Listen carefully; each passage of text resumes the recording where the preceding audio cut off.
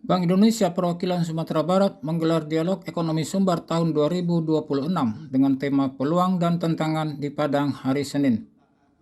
Dialog ini menghadirkan pembicara Kepala Perwakilan Bank Indonesia Sumbar, Ketua Kadin Sumbar, Balai Pelaksana Jalan Nasional Sumbar, dan Badan Perencana Pembangunan Nasional.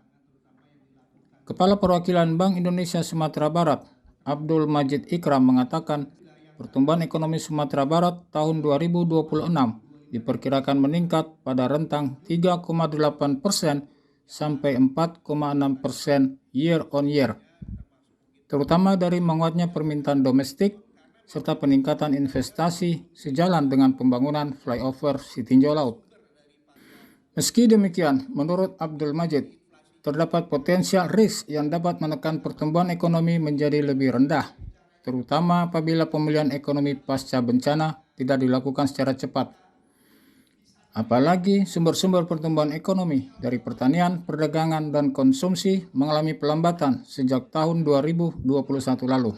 Ketua Kadin Sumbar, Bukhari Bahter optimis ekonomi Sumbar akan bangkit pasca rehabilitasi dan rekonstruksi ini berjalan, sebab anggaran besar akan masuk dari pemerintah pusat untuk memulihkan kondisi yang ada, ditambah dengan berjalannya program MBG yang melibatkan kebutuhan pokok yang dihasilkan petani.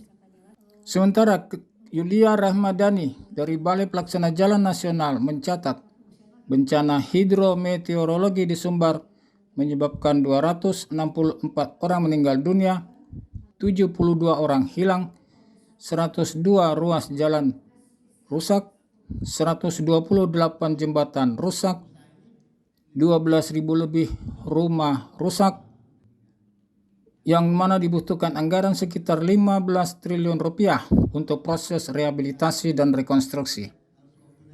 Bappenas sendiri menetapkan target pertumbuhan ekonomi Sumbar tahun ini sebesar 5,7%. Baik Kepala Perwakilan Bank Indonesia Sumbar dan Ketua Kadin Sumbar optimis target tersebut dapat dicapai. Karena ini juga bisa memacu pertumbuhan. Bisa, itu kalau saya memang akan mengembalikan ya kerusakan yang sudah terjadi.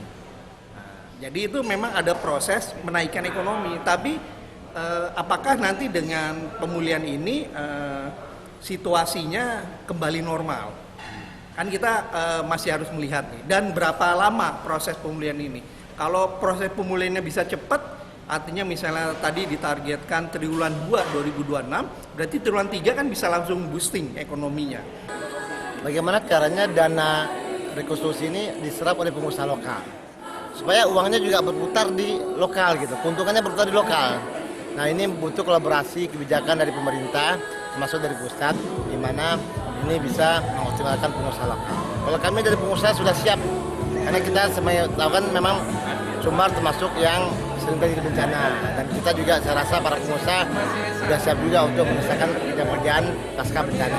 Untuk itu diperlukan sumber-sumber pendapatan lain untuk menunjang pertumbuhan ekonomi Sumbar. Salah satunya adalah menggenjot transfer dana dari perantau.